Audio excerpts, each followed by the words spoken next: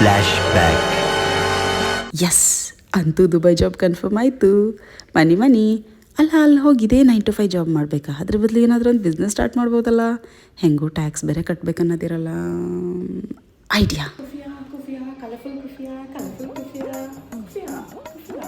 Only 600 ಯಾ ಕುಫಿಯಾ.